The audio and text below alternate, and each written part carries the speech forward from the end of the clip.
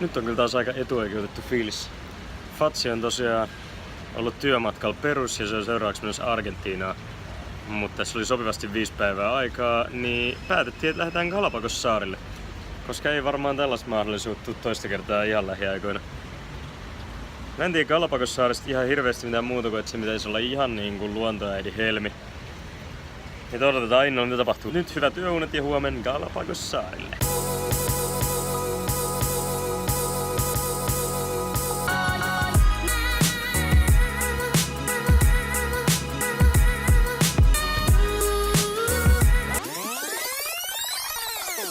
Voin olla väärässä, mutta jotenkin tää tilanne tuntuu taas sellaiselta, mitä Suomessa ei ihan joka päivä nähdä.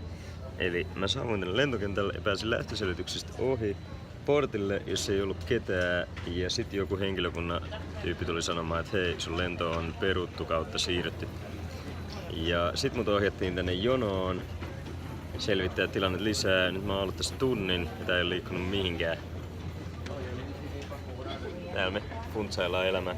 Surullista se, että 2 tunnin päästä, 3 tunnin päästä multa lähtee vaihtolento Kolumbiasta Bogotasta Ecuadoriin. Se ei ole vissiin tapahtumassa, mutta selvitellään. Selvitellään. Homma näpeis. Aventura, aventura. Siis monella tapaa todella mielenkiintoinen tilanne, joka olisi hauskempi, jos olisi nukkunut esimerkiksi yöllä. Mutta on tää nytkin aika hauska. Eli siis lento on peruttu syystä X. Ja koska mulla oli jatkolento, niin mut on nyt siirretty suoralle lennolle, joka lähtee illalla about 12 tunnin päästä. Ja nyt mä tässä odottelen vielä, että mun lentoleppu tehdään valmiiksi. Tässä alkaa itse asiassa pikkuhiljaa niinku heräämään uuteen päivään, eikä oo enää niin väsynyt meisinki. Ja nyt on hyvä fiilis. Ja sen lisäksi mä sain myös selville, että mun paino on aika lailla 72-75. Not bad. Näistä oppii uusia juttui. Lentoyhtiö tarjosi mulle taksimatkat himaan ja backiin. Ja nyt me ollaan jäätävässä liikenteessä matkalla. Ja siis sinällään jeesit $50 matkat ilmatteeksi, mutta toisaalta mä olisin voinut tehdä näin samat matkat bussilla, joka liikkuu tossa ihan samaan tahtiin vieressä 50 sentillä. Et plus miinus nolla, mut kyllä tää näyttää jotain taksikuskin jäbä oikein mukava, niin jutellaan nyt seuraavaksi vähän elämästä.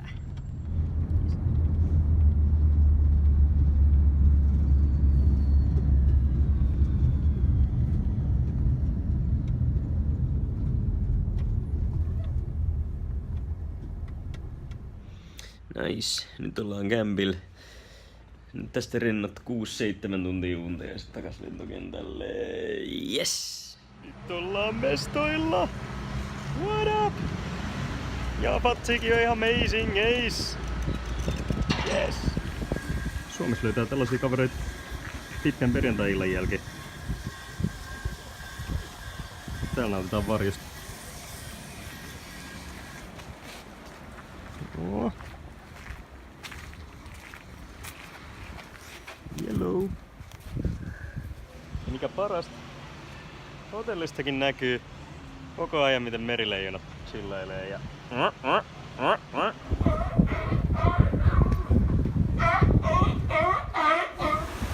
siinä on hyvä kimara eläimiä. Joo. Sen rapun pois siitä.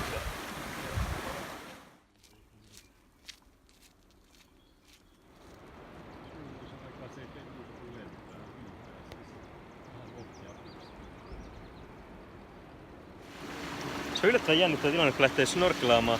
Vieressä on toi kaveri, sit sä menet tuohon veteen ja yhtäkkiä siinä on 2 vähän isompaa kaveria, jotka aukoo sul päätään vihaisesti.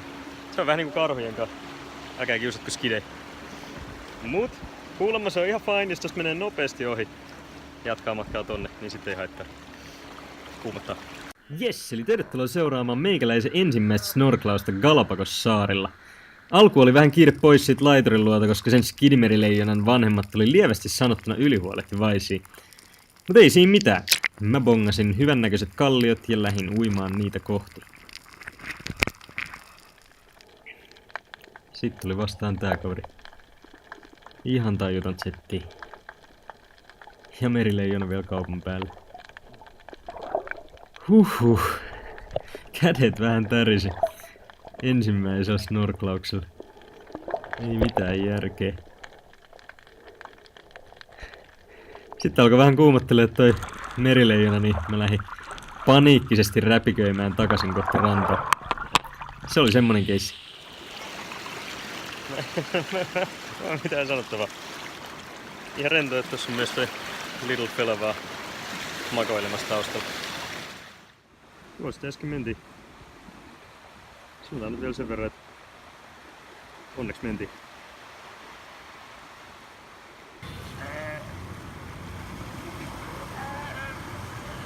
Living the high life.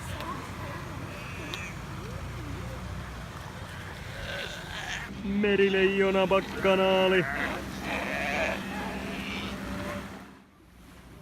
Tää alkaa mennä jo huumorin puolelle. Jääbää! Jääbää! Se aurinko nousee San Cristobalin saarella 900 kilsan päässä mantereesta. Eilen oli ihan uskomaton päivä. Ja tänään olisi tarkoitus mennä sukeltaa Kikkerockille tai Leon Dormidolle eli nukkuvalle leijonalle. Vähän ihan rehellisesti kuumottaa kaiken sen jälkeen mitä eilen näki, että tuolla vedessä on. Koska on se vaan fakta, että kaikki nuo eläimet tuolla, se on niiden hima. Sitten mennään vähän niinku kiusaamaan niiden himaa.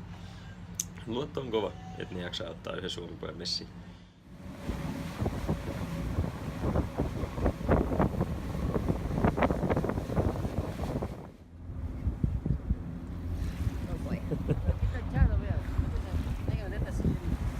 Fontsitaan, että mihin mennään. Niin kuin huomasitte, oltiin äsken vähän eksyksissä.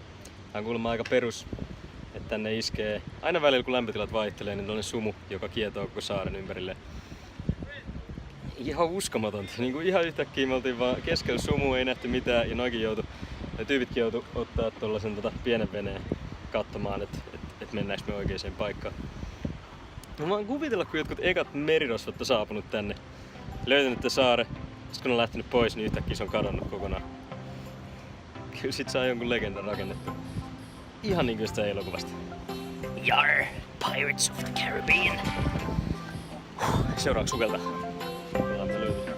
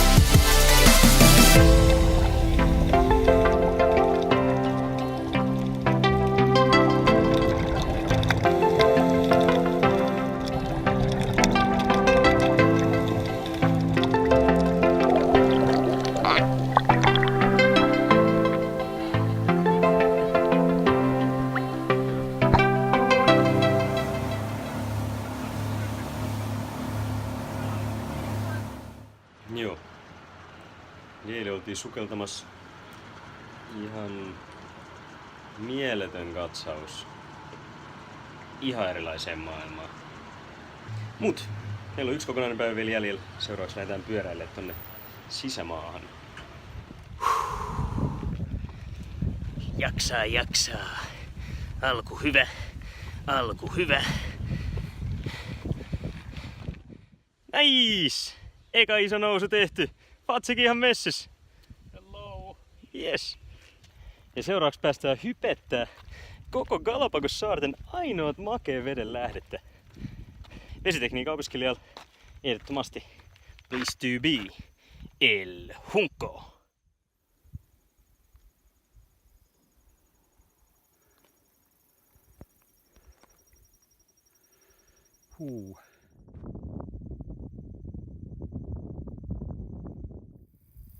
Tulivuoren kraateri ja täys hiljaisuussumu ja linnut lentää. Ja niin kuin jotain tanssia.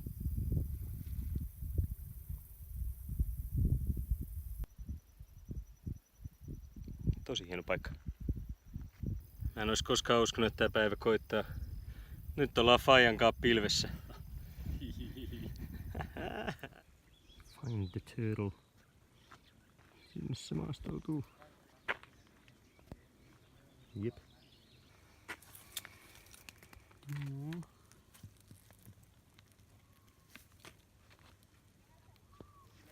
Siellä ne pikkuset chillailee ennen kuin ne pääsee luontoon. Kauheet numerointia. Syö se vaan lehteen, niin joku päivä susta tulee iso. Galapagossaarten maitoisin isäpoikapartio on saapunut melkein rannalle. Miten niin maitoisin? Me ollaan aika valkoisia verrattuna paikallisiin. Oh bother. Mikä jyrkkä mäki. Jep. Joko me voin mennä? Totta kai.